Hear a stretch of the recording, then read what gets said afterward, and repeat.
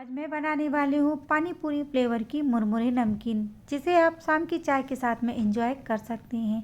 खाने में ये बहुत ही टेस्टी लगती है और इसको बनाने में बिल्कुल भी टाइम नहीं लगता है। इसे आप बनाकर 15 से 20 दिन तक एंजॉय कर सकते हैं। तो सबसे पहले इस नमकीन का हम मसाला बना लेंगे। तो इसके लिए मैंने कुछ मसाले लिए हैं, तो जिसमें से मैंने चाट मसाला लिया है, काली मिर्ची का पाउडर लिया है, सौंठ ली है, भुना जीरा पाउडर लिया है, अमचूर, सिट्रिक एसिड, काला नमक, सफ़ेद नमक, हल्दी पाउडर, चाट मसाला और 3 से 4 सूखी लाल मिर्ची ली हैं।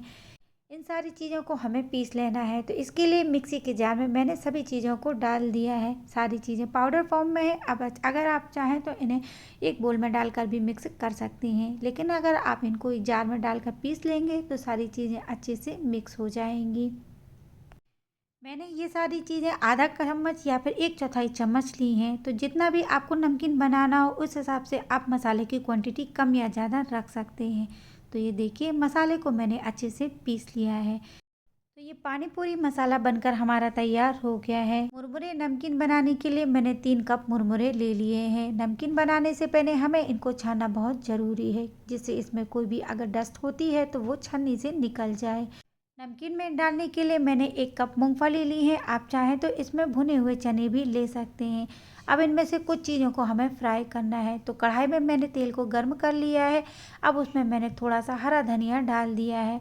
हरा धनिया को मैंने अच्छे से धो लिया था और उसका सारा पानी पोंछ लिया है। अब इसको हमें अच्छे से फ्राई कर लेना है। तो एक छन्नी से हम इसको फ्राई कर लेंगे। धनिया फ्राई करने के बाद में मैंने इसमें पुदीना भी डाल दिया है। तो पुदीने को भी हमें अच्छे से फ्राई कर लेना है। तो जितना हमने धनिया लिया था, पुदीना हमें उससे ज़्यादा लेना है। मुरमुरे नमकीन में पुदीने का टेस्ट बहुत ही बढ़िया आता है। पुदीना फ्राई करने के बाद में हम करी पत्ती को भी फ्राई कर लेंगे। तो जितनी भी चीज़ें हमने फ्राई की हैं, सारी चीज़ों को धो के अच्छे से पानी उनका सुखा लेना है।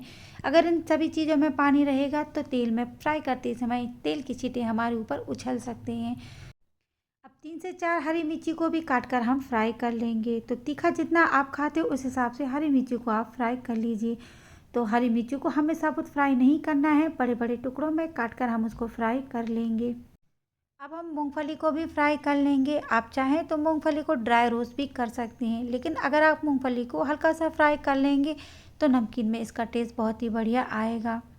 सारी चीज़ों को हमने अच्छे से फ्राई कर लिया है। अब एक कढ़ाई में 1 चम्मच तेल मैंने डाल दिया है। इस तेल में हमने जो मुरमुरे लिए थे वो सारे मुरमुरे हम इसमें सेक लेंगे।